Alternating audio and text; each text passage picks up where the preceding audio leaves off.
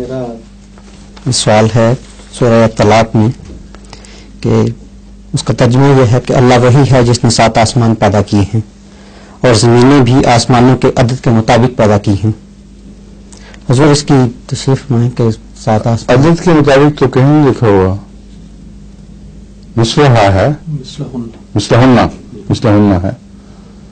تو اس کا ایک ترجمہ یعنی اس میں مفہوم شامل ہے کہ عدد بھی ہو سکتا ہے اسی طریق پر اس سے ملتی جلتی زمینیں بھی، سمجھ گئے؟ اس لیے عدد کے مطابق لفظی ترجمہ جو ہے یہ اگرچہ ممکن ہے کہ یہ مراد ہو اور یہ ترجمے کے طور پر ناجائز نہیں بلکہ توجہ دلانے کے لیے مفید ہے، مگر جب ایک ترجمے پر آپ اکتفا کر جائیں تو پھر خطرہ ہوتا ہے بعض دوسرے معنی کے پہلوؤں کو نظر انداز کر دیں. تو یہ میرے نزدیک بھی مراد یہی ہے کہ ہم نے جس نے 7 آسمان پیدا فرمائے اس نے زمینیں بھی پیدا کی اور زمین کو کی تعداد کو زیادہ بتایا گیا ہے. جس سے آسمان 7 ہیں زمینیں بھی گویا 7 ہیں، ٹھیک ہے.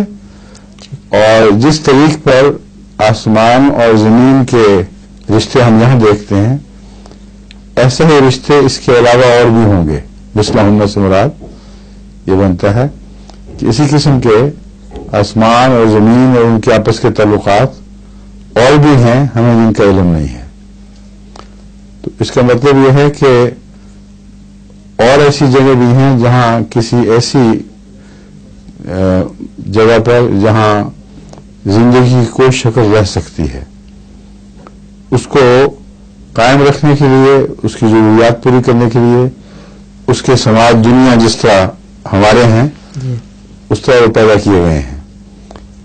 مثلاً میں یہ مضمون بھی اس لیے میں نے کہا تھا کہ عدد پر محض عدد کہہ کر بات ختم نہیں کرنی چاہیے. وہاں مراد یہ ہے کہ جس طرح تمہاری زمین ہے، آسمان اس کی بقا کے لیے ضروری ہے، اور جس طرح تم دیکھ رہے ہو کہ ایک سماج دنیا ہے اس کی تاثیرات پہنچ رہی ہیں، ایک دور کے آسمان ہے اس کی تاثیرات پہنچ رہی ہیں، اور پھر ہر قسم کے خطرات سے حفاظت کی جا رہی ہے، من کل شیطان مارد.